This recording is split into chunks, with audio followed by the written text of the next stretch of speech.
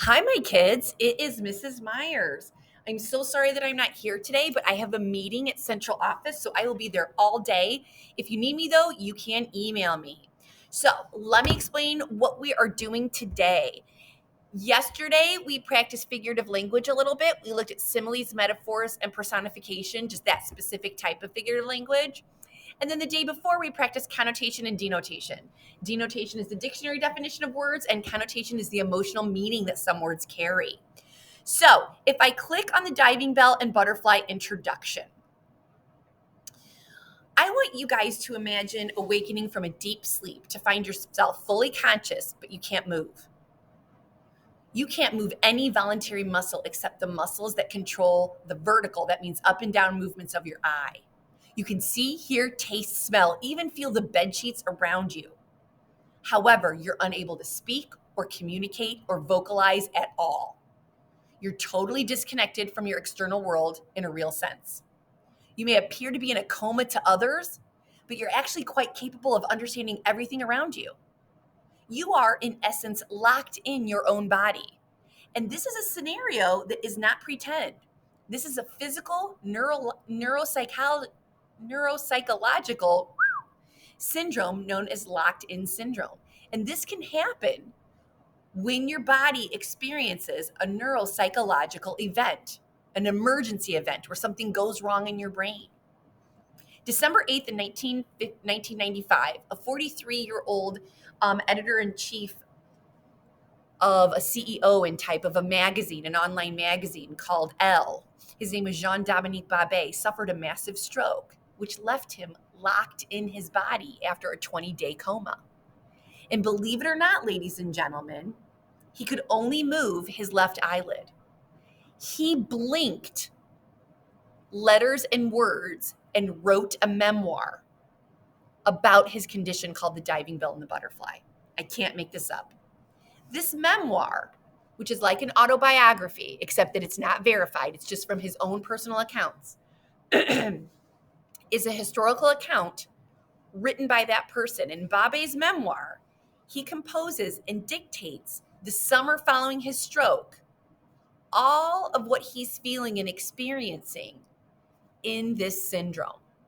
So I want you to maybe pause my video and watch this video about what locked in syndrome is, and this video that shows a movie clip of this memoir that we're reading. Now, we're reading just an excerpt, just like the I Am Malala. We only read a portion. This is just a portion. So I want you guys to watch these two videos. You will see something like this, an alphabet board. And this is something like this is what Jean-Dominique used in 1995 to blink and mark the letters that he was using to create words, to write, to communicate. Okay? Nowadays, I would think that they could use a computer, but this was back in 1995. Okay, so why don't you pause this video so you can watch these two videos? Alrighty then. Let's assume that those videos are watched. Now, what I want you to do, is I want you to click on the diving bell and butterfly reading assignment. And you might say, well, Mrs. Myers, I don't know what a diving bell is. I know what a butterfly is, but I don't know what a diving bell is. That's okay, kids. You're not alone. Not many people do. Here is an illustration of a diving bell. We don't use diving bells much anymore because we have air tanks if people need to go underwater that you can safely use. But a diving bell was an open bottom chamber that was supplied with compressed air. And a person can be let down underwater and sit in this chamber and have oxygen and actually be underwater for a while.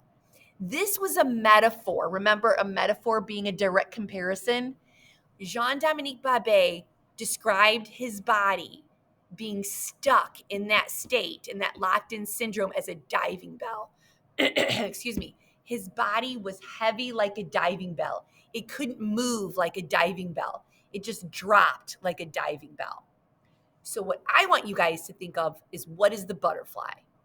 What is the butterfly for him? What can fly about and move about still, even though he's locked in his own body? So what you guys are going to do is you are going to click on this text, and you are going to read along with the audio. Now, I want you to highlight and remember what you highlight. You highlight any questions that you have. You highlight any answers that you get to those questions. You make sure that you highlight any opinions that contradict or go against what you already know. If you don't know what locked-in syndrome is, and when he explains it, I want you to highlight what that is, okay? I want you to highlight any words that are confusing to you. Maybe you don't know the meaning. Maybe you think that there should be a connotation or a denotation or a different word there. I want you to highlight that. I want you to try to find any similes, metaphors, or personification and highlight those, okay? So that's what you're practicing with when you highlight. After you read the text one time on your own, you are going to answer the comprehension questions. The first one is done for you. How did Jean-Dominique Babé become locked inside his own body? He had a massive stroke. That's how. And up here, make sure that you highlight the answer to this question. You will see that there are other questions throughout. Here's an example of one of those alphabet boards again. At the end of the text, you will have a couple of questions here that I want you to answer. This one's going to be a little loaded. It says, what is the theme of the diving bell and the butterfly? And give a piece of text evidence to support your theme. Ladies and gentlemen, this one's not going to be easy for you, so I want you to try to find a theme on your own. Why did Jean-Dominique write this story? What was his purpose? What was he trying to say to his readers?